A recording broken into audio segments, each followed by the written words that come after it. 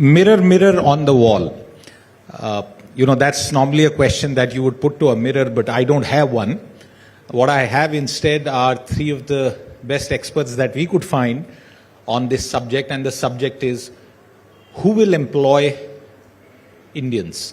By 2047, there will be 1.12 billion working age population members in this country. If you look at the numbers currently, 55% of India's population is below the age of 25 years. 20% of the world's youth were born in India. 43% of this working age population is women. These are staggering numbers. And therefore, that one big question, and I'll start with you, Manish, is this the number one challenge to the goal of Viksit Bharat, to create jobs, to find the right people for them, and give them meaningful wages to make a good life for themselves? Well, the problem is not jobs, it's wages. So I think because you say the same thing and it's unfair. India's unemployment rate has been between 4 and 8% since 1947, and that's not a fudge. Our problem is employed poverty. So unless we shift to reframing this unemployment problem, because if you think the problem is unemployment, you'll throw money from helicopters, you'll mandate a 3-day work week, you'll make people dig with spoons instead of JCBs or something like that, right? So I think it's very important to stop saying that our problem is jobs. Our problem is wages, which is productivity.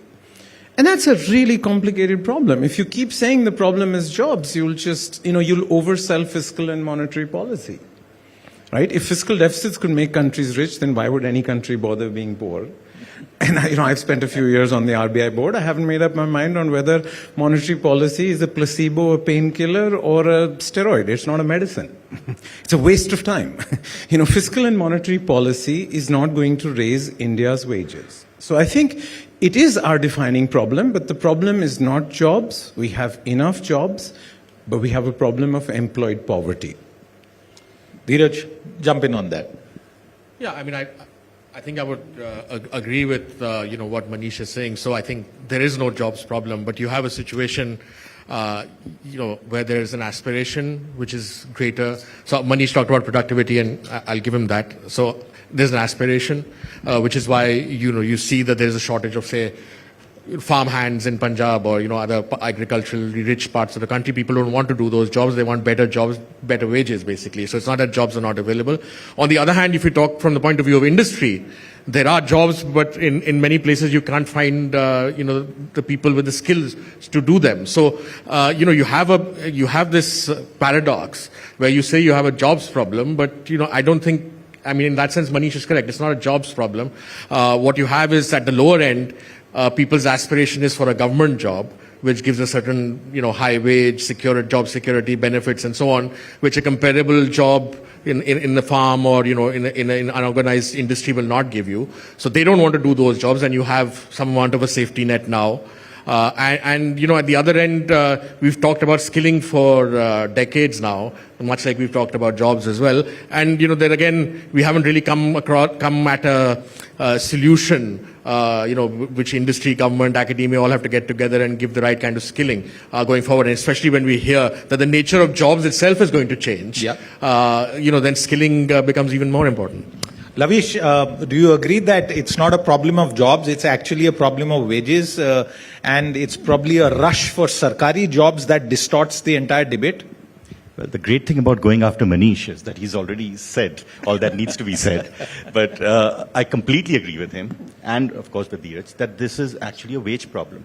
But I'd like to go one step deeper. The issue is essentially that of a mismatch. There are aspirations. Educated want far higher wages than they are actually capable of getting. So essentially, there's a major mismatch between what the demanders of labor are actually willing to give, as opposed to what the supply of labor has. So that mismatch is what policy will need to address. The second point, yes, fiscal policy and monetary policy work only to some extent. They do work. I don't completely agree with you on that. They do work to some extent. And the point where they work is being actually able to address this mismatch. For instance, today we have a whole range of people, graduates, who have been taught nothing. But they are graduate, they are educated, they have a certain aspiration for a certain salary, which they're not capable of actually generating. And So that's why a company like Cognizant offers 20,000 rupees to non-technical graduates. there you go. So that's what policy will need to address as going forward. It needs to write on this. The second part of this is that, there was a point in the 1980s and 90s when we suddenly had the IT system take off, and there was absolutely no manpower available for that. But the market came up with something. The NIITs and the aptics, etc. There was a market response to a skill problem, and that got working. Today we don't see those. So when people say that there's an employability problem, there's a skill demand but no skill supply, essentially we're not seeing the market system working, and that's what needs to be addressed. Manish, the government has tried to address the skilling issue in the budget. And we had the skilling minister here. He said basically that he hopes that the industry will come forward and decide to take 4,000 odd interns if you do that straight line calculation. But it seems to a lot of people that it's just something which is at the idea stage. There will be a lot of implementation challenges. Will this skilling program, try and address this issue? I think it's unfair to think that skills create jobs. This chicken and egg problem of do jobs create skills or do skills create jobs? The only way to solve the chicken and egg problem is to become vegetarian, do something different. So this notion that if you skill the whole of India, these jobs will show up is just delusional. China did not have a massive skill development program, and as we are discovering with the iPhone manufacturer in Chennai and in Bangalore, it takes them 8 weeks to manufacture an assembly line manufacturer for iPhones. It's 8 weeks. So let's give up this notion that if we somehow, the ASA report did not have to exist and skilled ministry did not have to exist and NEP was fully implemented, we would solve this wages problem. So I think human capital is a very important part of long-term prosperity. But the most important binding constraint we have in India is high-wage formal job creation. And the 40 factory refugees who are running around from China, I hope Xi Jinping doesn't get a 4th term. I hope he gets a life term because he's our biggest ally. But these 40 factory refugees now tell us that skill development and infrastructure are a thorn in the flesh. They are not a dagger in the heart. The dagger in the heart for formal high-wage job creation is regulatory cholesterol. It's very important because if you put skilling at the front of it, NEP is a wonderful document, but NEP has a 15-year glide path for a reason. It takes time for university systems, for government schools, for things to change. I think the change is happening. I think that for a factory, for a software company in India, today skills is not the binding constraint. And I can say that, I don't know where jobs will be, but they're definitely not going to be green jobs. I'm glad Professor Gandhi has left because, poverty is a very green job and India has the most green jobs in the world because, informal self-employment and informal agricultural employment is very green and we don't want those jobs. So, let's be a little careful with at best racism and at worst premature load bearing. So we're not going to have green jobs. We're not going to have AI jobs. We're not going to have farm jobs. And let's not position self-employment again as a solution to this. There was an idiot Russian economist called Chainov who convinced Nehru in the 1920s that small farms are viable because you don't have to pay your kids a salary, your wife a salary, and rent. And he called it the theory of self-exploitation. So India is not going to solve its problems by being self-employed. So I would submit skilling, the programs which are on are very important. NEP is very important. But the most important binding constraint is why is the biggest factory in India only have 45,000 people in one location? The largest factory in China at its peak used to be 700,000 people in one location. So I think why do we have 26,000 ways for employers to go to jail? Why do we have 67,000 compliances? So I would submit, if you really believe the problem is not unemployment, it's wages, then the problem is on the firm size and the firm productivity. You don't put skills and infrastructure as the first point, you put regulatory cholesterol as the main point. This removal of regulatory cholesterol, despite research now talking about how good or bad cholesterol is, Dhiraj, what needs to change? Because we've seen decade upon decade, government upon decade, and the Modi government for the past 10 years chased this whole thing about lending to MSMEs so that will create jobs. And what Manish seems to suggest, that's not the right way. So I think, again, one very curious fact which Manish has alluded to is that, we talk about demographic dividend and labor abundant country, but we hardly have any competitive labor intensive industries. Most of our star industries are, capital intensive in many ways.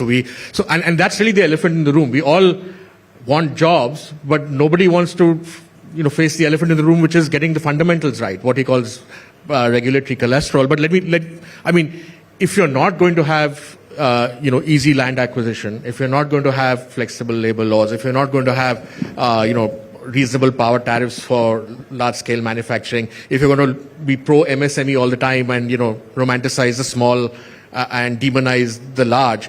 These are fundamental questions because ultimately it's only large-scale labor-intensive industry which has employed or given the kind of good wages or higher productivity that we are talking about. So I think we like to talk about jobs. We can put the cart before the horse. It's not jobs aren't going to come out of nowhere, right? They have to come out of a particular ecosystem, and we don't want to address that. So every time you talk about land, political economy says it's pro-business or pro-rich. If you talk about labor laws, it's anti-labor.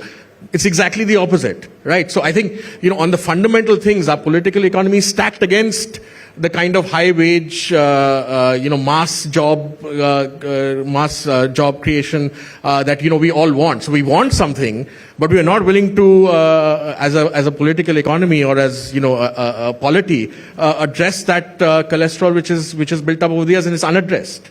Absolutely. So we do palliatives. So we do like PLIs or lend, subvention, interest subvention to MSMEs. So these help, at the margins because, there's a disability in the fundamentals. But these are palliatives. They are not curatives. They are not like the employment-linked incentives in the budget. At the margin, they may give you a few more jobs, but they're not going to create the scenario that, Manish talks about. Laveesh, I'm floundering a bit. You wanted to first comment because before? No, I'm floundering a bit. If I tend to agree with what all of you have said, but the question is therefore, which sectors do you see having the potential to create jobs? Because manufacturing itself is undergoing a change. It's getting more technology intensive. Textiles have now gone out of India. Lower end IT work has also gone to lower cost economies. Our cost economy for industry continues to go and all that cholesterol continues to pile up. So which sectors can drive some amount of job creation? So first I'd just like to start with a story. Just yesterday I met an entrepreneur who has a garments factory in Bangladesh. And so he was wondering what's he going to do about it. So I said, well, would you be moving to India? And he said, no, definitely not India. I'll either be in Sri Lanka or Vietnam. So this is an Indian entrepreneur in Bangladesh and where he's going to move his factory. There is a problem. There is a very serious problem, and that's already been mentioned. But I'm not going to talk about that. I think there are opportunities in every single space. One of the largest growth sectors, employment growth sectors, not the kind of employment that we normally tend to like, has obviously been the agriculture sector in the last few years. And within the agriculture sector, it's not the cropping sector that hasn't really grown, it's actually livestock. Now, who would have guessed that livestock can be one of the greatest employment generators? But obviously, it's a short span of time. But that's a sector which is growing. Tomorrow, who knows, it could be the manufacturing sector. The services sector has been growing tremendously for many years. So you can never really predict which sector is going to grow. And that's exactly the point of that policy needs to address. You should not be pushing one sector, the services sector. Some people say, we must push the services sector or the manufacturing. Essentially need policies that create a fairly smooth, productive environment. So that's essentially where we are looking at. The biggest problem for employment creation, according to me, is actually not capital. It's actually space. The reason why we are not able to have large factories is, well, it could be labor laws to some extent, but it's actually the problem of space. Why is it that our urban areas are designed, or our urban rarely have any space for urban services? We say that, the mechanic doesn't have space, the chaiwala doesn't have space, etc., etc. Why do you have to have the chaiwala in the unorganized sector? He could also be organized, right? There is nothing preventing. The reason is we are not allocating space. So as a result, they go into the gray area. And as a result, they are forced to being unorganized. So you need to address, these are the kind of issues that we need to focus on. I wouldn't give up on manufacturing as you implied. See, the peak of any country's labor force in manufacturing was Britain in World War II, 45%. America peaked at 33, China peaked at 28. We're not going to get to 45, 33 or 28, but 11% is the wrong number. India is at 11% of our labor force in manufacturing. We can get to 17% of our labor force, and in the short run, Make in India is becoming Make for India. 80% of the FDI is concentrated in areas where domestic markets are getting to critical mass. So I would just submit to you, this is not about predicting where jobs can be. You wouldn't buy a ticket from Delhi to Bangalore for 2040 because any airline stupid enough would be out of business by then. Why does everybody want to predict where jobs will be? It's a fool's errand. I have read 50 of the reports of every country in the world trying to predict where jobs will be in 20 years, 30 years, and they have the efficacy of palm reading or astrology. But just because you can't predict doesn't mean you can't prepare. We need to urbanize India well. The divergence between real wages and nominal wages, which he's talking about, is killing migration. I can't get kids to move to Bombay, Bangalore, Delhi anymore because khana, rehna, office jana. Kids care about real wages, employers care about nominal wages. Tell me more about it. Both my kids have done that in the past 3 months. So you need to formalize India, urbanize India, industrialize India, financialize India, and raise the human capital. So I'm not sure it's a rocket science of what needs to be done. I think it's being done. We are massively more formalized than we were 10 years ago. Yeah. We're massively more urbanized than we were 10 years ago.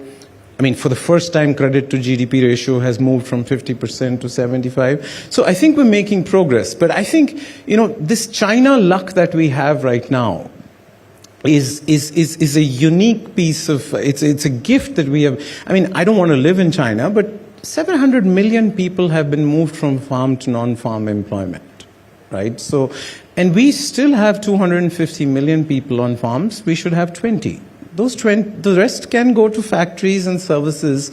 Indian entrepreneurs actually, the role of the government is not setting things on fire, it is creating the conditions for spontaneous combustion. Okay. Yeah, Laveesh, you alluded to something that I was saying, not at all. Absolutely. Manufacturing is not something that we shouldn't look at. But the point that I'm trying to make is this over-focus on certain sectors and not. You have to focus on basically getting the underlying factors right. That's essentially what the focus needs to be, which I'm sure everyone here would agree with. And in fact, we've got a lot of things going for us. There's the China luck, there's Bangladesh luck, but as he says, there's Vietnam and Sri Lanka waiting as well, right? So we really need to get the, But Dhiraj, is there China luck? Because if you look at the China plus one thing, 3 years ago it was the big thing, but on the ground doesn't look I think too much is manifested. Look at Foxconn, for example, right? Yeah. They basically became what they are because of investment in China, right? Not because of their investment in Taiwan. Now, for political reasons, it's not that they're going to exit China altogether, but for geopolitical reasons, they are putting a certain amount of their investment into India, and so will others. So I'm not saying, I don't think this is the case that everyone's going to run away from China and move to India or somewhere else. That's not going to happen. China still has a lot of, competitive factors going for it. But, interestingly, what are the interventions required? I think, again, the point I'd repeat is scale, right? And, land, again, if you forget land acquisition law, it's too complicated to change. States can do something, move to digital, you have a great digital public infrastructure, enable a digital platform from where land can be exchanged. Infrastructure, again, significantly talking about Foxconn, in Chennai, you would have read a couple of days ago, they inaugurated this huge housing facility for factory workers. That's, again, something we don't have for manufacturing, anywhere else. So, again, I think if governments want to make an intervention, rather than, giving subsidies all the time to particular sectors, say electronics or, automobiles, which are the two biggest PLI sectors, I think if you focus on creating the right ecosystem for large-scale manufacturing, particularly things like textiles and footwear and toys, I don't think these are going to become obsolete. Jobs here are going to become obsolete at least in the next decade and a half. So I think there's plenty of time for us to still get onto that manufacturing bus if we get the fundamentals right. Okay. Why do you say there's no China luck? Well, clearly, as far as China Plus One was concerned, the whole concept or ideal of large investments pouring in, de-risking from China, they haven't come to India only. They've gone to various other countries. I've been working in people supply chains for 25 years. In the first 5 years, I probably had 5 global board meetings in India where they asked me to present. In the last 3 years, they've done 45 global board meetings in India asking for presentations. So, it takes time for big companies to rejig their supply chains, to make investment decisions. And life is a beauty contest. You don't have to be Noor Jahan or Hrithik Roshan. You just have to be less ugly than your competitor. And, so I would be careful with, we have to be perfect for all these factories to shift to India. I think the shift is happening. There's no question that popcorn stands like Vietnam and Sri Lanka are not competitors for us. I think they just don't have the scale, the capability, the skills, the rule of law. So, a few months ago, people were jealous of Bangladesh. And, I think... Look what happened. We have digested the fixed costs of democracy. The fixed costs of democracy were worth digesting. We are not going to be China when we grow up. That's fine. I'd just like to add to that. The fact that we haven't had doesn't mean that we won't get some of the big ones, right? But the way things are, I don't see that happening. I think we do have to try harder there. I think there are major advantages to getting some market investments. It just tends to create a certain momentum within the economy. So I think it will be good if we had to put in some extra efforts. And those extra efforts need not be subsidies. It could be just the attraction of the domestic market. That's what we really need to play out. Dhiraj, I want to come back to, unless you had a point to make, I want to come back to this obsession with sarkari jobs. Doesn't seem to be going anywhere. Is that a big issue? Shouldn't the government start de-emphasizing the entire dream of a sarkari job? Because I think in many ways, that dream has already been kind of evaporating over the years. Because if you look at government hiring, particularly in the lowest category, I don't think. But look at the scenes. If there's one advertisement, of course, and that's. How does the government de-emphasize? The problem is that you don't have enough good jobs, alternate good jobs, right? So when you have a government job which is giving you a good salary, security, job security for life, benefits, housing, these are all important things in a country where per capita income is still only $3,000. We haven't even reached $6,000 or $7,000. So for people's aspirations, these things are important. So I think. But the government, we know the government cannot generate, the jobs which are required. And there are certain government jobs which need to increase. But I think this particularly lower skilled job, which is seen as a white collar job, rather than going for a blue collar job with skill, which will probably pay you more, but it's not an office ki naukri. So I think that is part of the aspiration that we've built up in India because of our, socialist past or government. We still treat the government as, the major institution of this country. So I still think there's a lot of pull of that in terms of popular perception, particularly when you go outside Delhi, Mumbai, Bangalore, which are still, centers where there's attractive private sector employment. But if you go to the heartland in UP, Bihar, I think the aspiration still remains a government job. So we have to, we as in the economy has to show them, enough better alternatives. Otherwise, who are we to deny them that aspiration? The government, it's a wage premium. It's not a government job. The government pays too much at the bottom and too little at the top. When Lalu Prasad Yadav became Chief Minister of Bihar, his mother told him, "Arey, maine boli thi sarkari naukri leke aao, ye thodi hai." And then when he asked her, "Kya bol rahe?" She said, it was 25,000 rupees a month is what she was talking about. So it's the wage premium in government. The government pays too much at the bottom. It pays too little at the top. And then it's like LIBOR, right? It's rigged. Government employment is rigged at the bottom of the pyramid. The wages are high, so it's completely rational. And you're going to talk about and those. And it's the reverse in the private sector. Well, it's huge lines for government. We have done this work. 90% of the people applying for those jobs already have a low-paid private sector job. They are applying for the wage premium. They're not applying for the government job. There would a lot of. Again, having worked in government, I've seen people prefer even a contract job, not even a lifetime security job, because you get 25,000 rupees a month, which is what you would not get for doing very little and sitting in office. So I think that in a way distorts aspirations. I'm not sure it's distorting the job market, but it certainly distorts aspirations. Final couple of minutes. I want to come to you, Laveesh. jobs and the issues around it lead to a lot of clever politics, especially around election time. What would you say needs to change in our politics to ensure that this matter is addressed properly, fairly, and transparently? Well, I think the one great thing about our politics is that jobs is one of the important things up there. I mean, all conversations with politicians, I mean, that's the one thing that they talk about. I think what we need is a slightly more depth in it. One of the points already made is that been on wages. There's another one which is essentially on the matching or the productivity or just the kind of aspirations that they have and what is available out there. So I think we do need to have some realism out there. Will politics be able to do it? Absolutely not. That's not the job of the politician. I think that's where civil society comes in. That's where media comes in. And that's what we need to actually try and correct. Dhiraj, you want to have a shot at that?